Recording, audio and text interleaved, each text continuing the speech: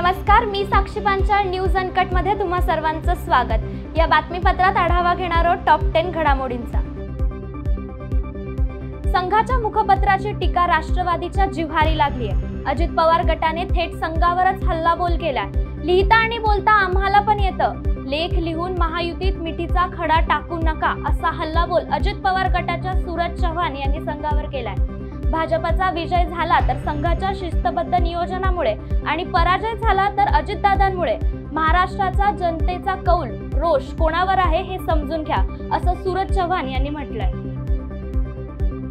मराठा समाजाला ओबीसी कडून आरक्षण मिळण्याच्या मागणीसाठी संसदेचं कामकाज बंद पाडा या मागणीसाठी आज अंतरवाली सराटी येथे धाराशिवचे खासदार ओमराजे निंबाळकर आणि आमदार कैलास पाटील यांना मराठा आंदोलक महिलांनी अडवलं आणि आम्हाला आरक्षण मिळवून द्या, संसदेचं कामकाज बंद पाडण्याची विनंती केली। ओमराजे निंबाळकर यांनी मराठा आरक्षणासाठी पूर्णपणे सहकार्य आणि पाठपुरावा करण्याचं आश्वासन दिलं। महिला माघारी फिरल्या आणि त्यानंतर निंबाळकर आणि पाटील हे धाराशिवकडे रवाना झाले। सगळे सोयरे अधिसूचनेबाबत राज्य सरकार संवेदनशीलपणे कार्यवाही करते। सरकारने काढलेली अधिसूचना ही ओबीसी समाजाच्या विरोधातली नाही। ज्यांच्याकडे कुणबी दाखला आहे त्यांना आजही सर्टिफिकेट्स देता येते। रक्ताच्या नात्यासंदर्भात सर्वोच्च न्यायालयाच्या निकषानुसारच ही अधिसूचना आहे। त्यामुळे ओबीसी समाजाला विश्वासात घेऊन सगळे सोयरे अधिसूचना काढण्याची अंतिम कारवाई पूर्ण झाली अशी ग्वाही उपमुख्यमंत्री देवेंद्र फडणवीस यांनी काल दिली। अमरावतीचे नवनिर्वाचित खासदार बळवंत वानखेडे यांनी आमदारकीचा राजीनामा दिलाय। बळवंत वानखेडे यांनी विधानसभा अध्यक्ष राहुल नार्वेकर यांच्याकडे राजीनामा सुपूर्द केलाय। लोकसभा प्रतिनिधी कायद्यानुसार आमदार असताना खासदार म्हणून निवडणूक झाल्यानंतर 2 पैकी एका पदाचा राजीनामा द्यावा लागतो। त्यामुळे बळवंत वानखेडे यांनी आमदारकीचा राजीनामा दिलाय। बीड जिल्ह्याचे नवनिर्वाचित खासदार बजरंग सोनवणे व मासाहेब जिजाऊंचे वंशज शिवाजी महाराज जाधव यांनी मनोज जरांगेंची भेट घेतली आहे। खासदार झाल्यानंतर बजरंग सोनवणे दुसऱ्यांदा अंतरवालीत दाखल झाले दरम्यान त्यांनी मराठा आंदोलक मनोज जरांगे यांची भेट घेऊन चर्चा केली आहे। तसेच तब्येतीची काळजी घेण्याचे आवाहन देखील केले। तसेच खासदार बजरंग सोनवणे यांनी राज्यपाल रमेश बैस यांना पत्र पाठवत मनोज जरांगे पाटलांच्या उपोषणाची तत्काळ दाखल घेण्यासाठी राज्य शासनाला सूचना देण्याची विनंती केली आहे। 2 वर्षांपासून 26 मागण्या मान्य झाल्या नाही, आता त्यामुळे आंदोलनाशिवाय पर्याय नाही असा इशारा प्रहार शिक्षक संघटनेचे ठाकरे यांनी दिलाय। आज विभागीय आयुक्तांशी भेटून निवेदन देऊन चर्चा केली तेव्हा विभागीय शिक्षकांच्या मागण्या आम्ही लवकरात लवकर पूर्ण करू असे आश्वासन देण्यात आले। ठाकरे यांनी सांगितले की आमची बैठक होणार असून जर त्या बैठकीत आमचे प्रश्न निकाली लागले नाही तर आम्ही आंदोलन करू। आमच्या शिक्षकांच्या थकीत वेतनेचा विषय आणि आदिवासी भागात काम करत असताना प्रोत्साहन भत्त्याचा विषय निकाली लागला पाहिजे। तसेच अतिरिक्त घर भाडे, मेडिकल बिलाचा विषय, पदोन्नतीचा विषय इतकंच नव्हे तर भरती प्रक्रिया राबवली गेली नाही। आमच्या मागण्या पूर्ण झाल्या नाहीत तर आम्ही 19 जून पासून आंदोलन करू असा इशारा ठाकरे यांनी दिला। अमरावती विभागातील सर्व 5 जिल्ह्यांमधील जिल्हा परिषद अंतर्गत कार्यरत जिल्हा परिषद अंतर्गत कार्यरत सर्व प्राथमिक शिक्षक, माध्यमिक शिक्षक, खाजगी अनुदानित वरील सर्व शिक्षकांच्या समस्या घेऊन आज आम्ही प्रहार शिक्षक संघटनेच्या वतीने माननीय विभागीय आयुक्त निधी पांडे मॅडम यांना भेटलो आणि त्यांना सर्व एकूण 26 मुद्द्यांचं आम्ही निवेदन या ठिकाणी त्यांना सादर केलं आहे।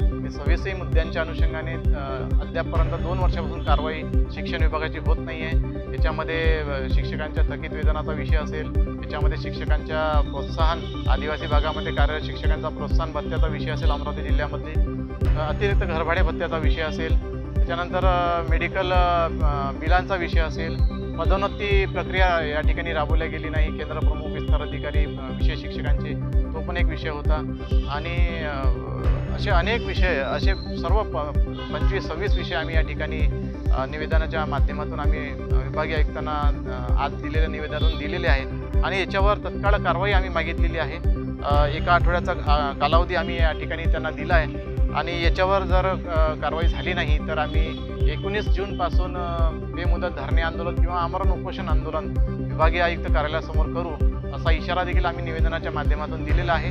विभागीय आयुक्त मॅडमनी अतिशय चांगल्या पद्धतीनं आम्हाला प्रतिसाद देऊन सर्व सविस्तर एक एक मुद्द्यानुसार चर्चा केली आणि सर्व 5ही जिल्ह्यातील मुख्य कार्यकारी अधिकारी जिल्हा परिषद यांना या संदर्भाने अहवाल मागितलेला आहे। एका आठवड्यात अहवाल सादर करण्याच्या सूचना त्यांनी सर्व सीओंना दिलेल्या आहेत आणि एका आठवड्यानंतर अहवाल आल्यानंतर त्या संदर्भाने विभागीय मीटिंग प्रहार शिक्षक संघटनेची या ठिकाणी विभागीय आयुक्त कार्यालयात होणार आहे आणि त्या मीटिंगच्या माध्यमातून सर्व विषय मार्गी लागतील अशी आशा आहे। परंतु जर हे झालं नाही तर आम्ही आंदोलनावर मात्र ठाम आहोत। अमरावतीत दर्यापूर तालुक्यामध्ये शेतकऱ्यांना अजित 155 हे बियाणे उपलब्ध असून सुद्धा काही कृषी केंद्रांमध्ये बेभाव विकल्या जात असल्यामुळे शेतकऱ्यांची मोठ्या प्रमाणात लूट होतीये। या संदर्भात राष्ट्रीय समाज पक्षाच्या वतीने कृषी विभागाला निवेदन देऊन शेतकऱ्यांना लुटणाऱ्या कृषी केंद्र चालकांवर कारवाई करण्याची मागणी करण्यात आली।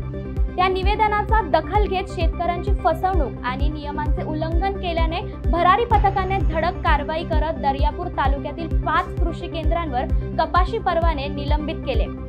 तालुकास्तरीय भरारी पथकाचे अध्यक्ष राजकुमार अडगोकर, जिल्हा कृषी गुण नियंत्रक निरीक्षक सागर डोंगरे, पंचायत समिती कृषी अधिकारी सुरेश रामगडे यांचे पथकाने सदर कारवाई केली। दर्यापूर तालुक्यात अजित 155चा जो तुटवडा होता त्या अनुषंगाने जिल्हास्तरावरून कृषी सेवा केंद्रांना अजित 155 काही प्रमाणात प्राप्त झाले होते। या बियाणाचा वाटप करण्यासाठी जिल्हा कृषी अधीक्षक अधिकारी आणि माननीय कृषी विकास अधिकारी यांचे आदेश 20/5/2024 चे आदेश प्रत्येकी शेतकऱ्या 2 पाकिटे आणि कृषी सहाय्यका समक्ष विक्री करावी असे निर्देश होते।